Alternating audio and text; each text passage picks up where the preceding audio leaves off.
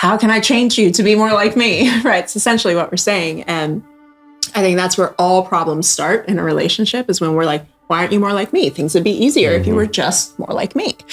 And I think what P is saying is so important, because when we really relax and exhale, the need for somebody else to be like us, again, requires a safe body to go, I don't need them to be like me, because I want them to be like me so I feel safer.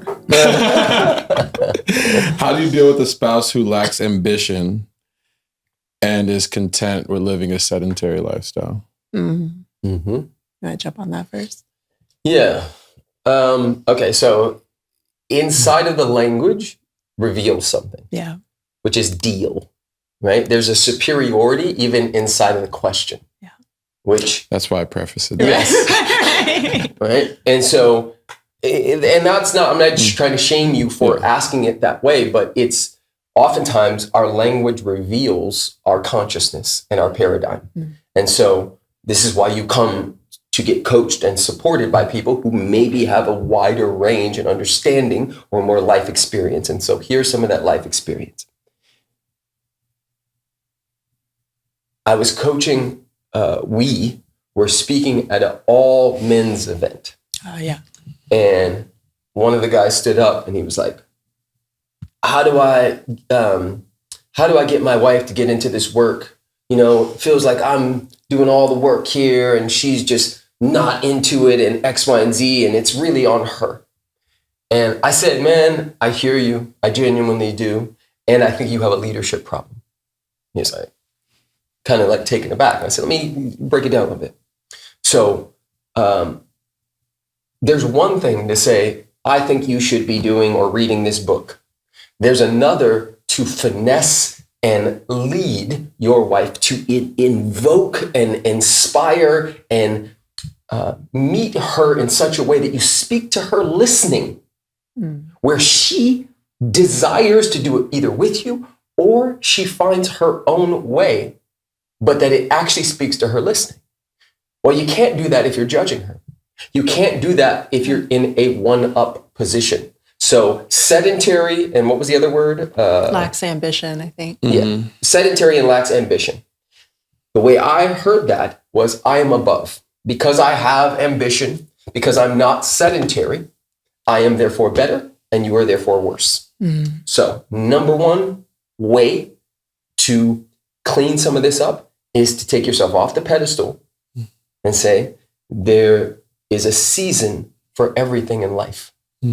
My partner may be in a season where they don't necessarily have the drive to go make $1 billion and do X, Y, and Z. They are content with watching Love is Blind and Netflix and chilling and just enjoying the now moment.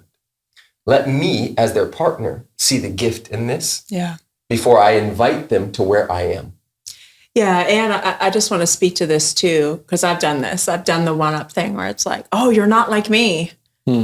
How can I change you to be more like me? Right? It's essentially what we're saying. And I think that's where all problems start in a relationship, is when we're like, why aren't you more like me? Things would be easier if you were just more like me. And I think what P is saying is so important, because when we really relax and exhale, the need for somebody else to be like us, again, requires a safe body to go, I don't need them to be like me, because I want them to be like me so I feel safer. Because then I can understand them, then I can control them, then I can feel like I've got some sort of handle on you. But if you're different than me, you're a different animal. I don't know you. I can't fully feel safe in that if I don't feel safe in myself. So that's number one. Number two, our differences are actually what make us so beautiful. And if you can pull back and really go, I love my ambition. I love how I'm like getting it. Like, yes. And what medicine is here for me with my man? Because polarity is real. And a lot of people don't want to look at this, but polarity is real. And so, for instance, if this is I'm assuming this was a woman, correct? Asking, I think.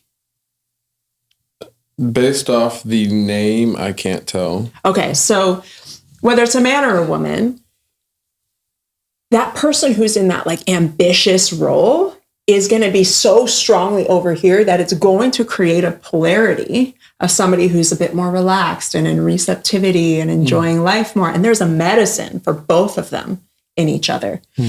And people like Preston and I, like, we're both ambitious, we're both visionaries. And because we both take that pull, we also have to do more work on the polarity because we're both really strong in that pull.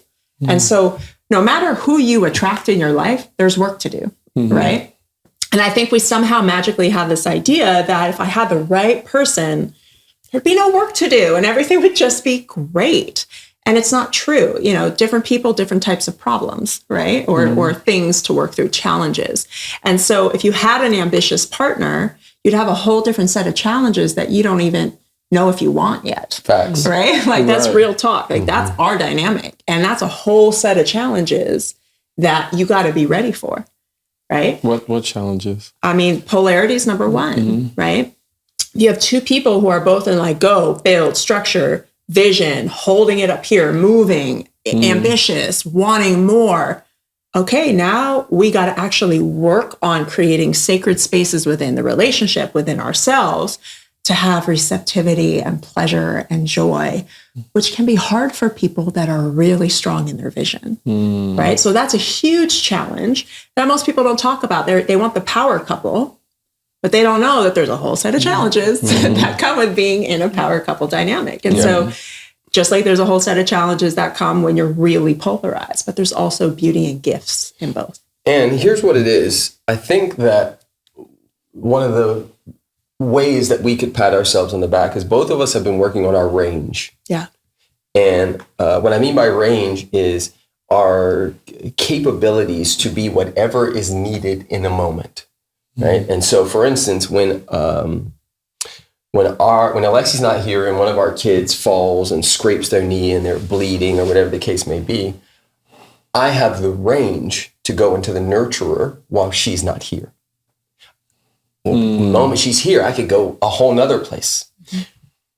Because that exists when we enter the bedroom and we have our sensual time and our sexual time. I can turn things off and turn things on or higher because of the range. And so she also knows how to turn things down, right? Let's say all day she's driving and pushing and going and using her sacred masculine to make money and make business moves. Well, a woman without range brings that straight into the house. That's right. And can't put it down. Can't turn it off. Yes. Isn't in the mood because she's like, oh, my brain's just go. Right. And I mean, I work with ambitious women all day, every day. And that is the number one thing. They're like, I don't know where my attraction went. I don't know where my libido went. How do you get that range? It's a practice. So again, this is why embodiment work is so important because you can read about range. You can hear about it on this podcast. You can listen to podcasts on it. You can watch YouTube videos on it.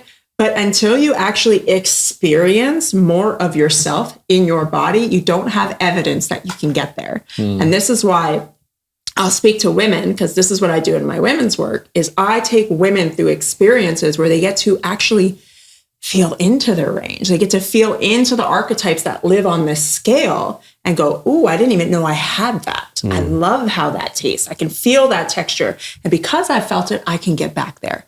But we need embodied practice. Otherwise, our brain goes, well, I'm not like that.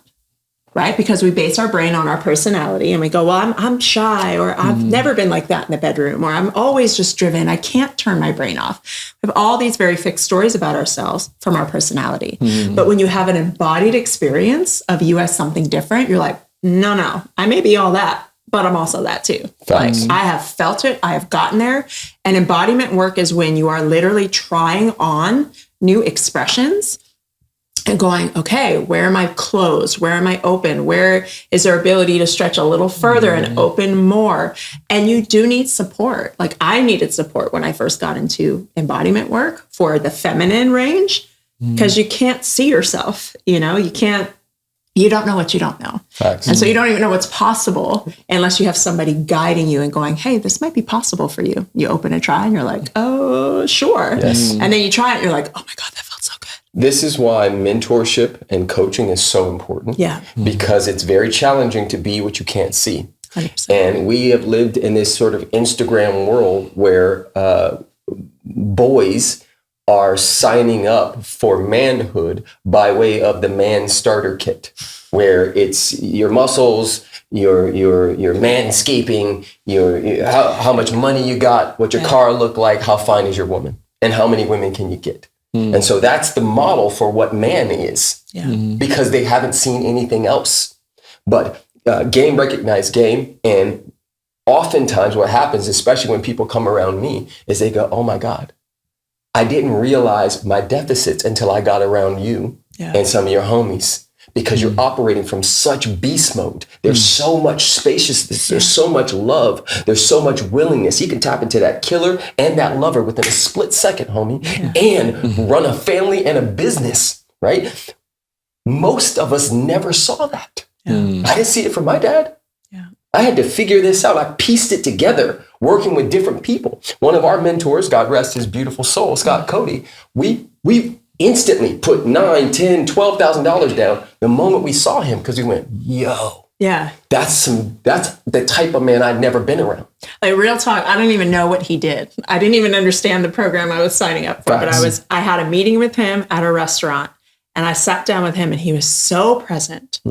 He was so grounded, and he wasn't showy. He's an older guy, like very like stoic, just so in his heart, so available, so grounded. And I'm like, I don't have that. I want whatever that is. I don't have that. And I knew it. It was so clear. Same. I had a lot of other stuff, but I didn't have that. And so I was like, I don't even care what your program is. I'm a yes. I didn't have the money for it. I was like, I will figure out how to get in your room, because I need to be around your energy, because I've never felt someone so in their body. Facts. And that was the beginning of our embodiment journey, was being around Scott, who was just so in his body. When was this? 2013, 2014. Yeah. Well, we OGs. We've been in this space a long time. So the bottom line is mentorship, coaching, embodiment work is the way. And if you don't have it to look at and model, you can't model it. And so then we just get left with the Andrew Tates of the world and the sort of idea of man and the idea of woman, which is frankly just performative. It's just performative, and it's even less embodied than you just trying to be yourself, because now you're trying to like perform and put on this mask of like, here's who I think a man is, and here's what I think a woman is, and let me just be what I think it is. But the truth is, you cannot learn how to be embodied through your mind. It has to be a practice that you actually like do the hard work in your body and find all the places where you're disembodied and closed and shut down from your own expression, from your own aliveness, to go, oh, that's possible? Wow. And that's what we learned with Scott, is there was like so much available in our bodies that we didn't even know. We didn't even know. We didn't even know that that was possible until we worked with someone that's like, oh yeah, that's my everyday. It's like, oh, people live like this? Yeah. Wow. One of the quotes that we open our workshop up with is, you can't disown that which you've never owned. And I think there's a lot of people who want to let go of stuff, but they're not willing to say, this is me. Like, this is, because we are what we repeatedly do. So what are the practices and habits that the ways in which you operate? How are you when nobody else is watching? How do you feel on a day-to-day basis? Right? I know the distinction and the difference between hating myself and being low level, depressed, and just kind of there. And I also know what it feels like to be so alive and in the pocket that even sadness feels good. Right? That is a game changer when you can ride the wave of life and go, oof, thank you, God. Thank you for this beautiful hand-picked lesson. Thank you for the wind that is blowing and the trees and the cicadas doing their thing and the lizards and the butterflies and the anguish. Thank you for it all. And feel it, right? We often say in our workshop, and we show people, we say, did you do that or did it do you? Because there's a big distinction between me, conscious, sovereign being, saying, I'm making the choice to say, fuck you. Or did I react and do the thing I always do and say, fuck you? Those are completely different energies. Yeah. One says, nah, and I see you. The other one says, I'm scared, so I'm going to bring out my teeth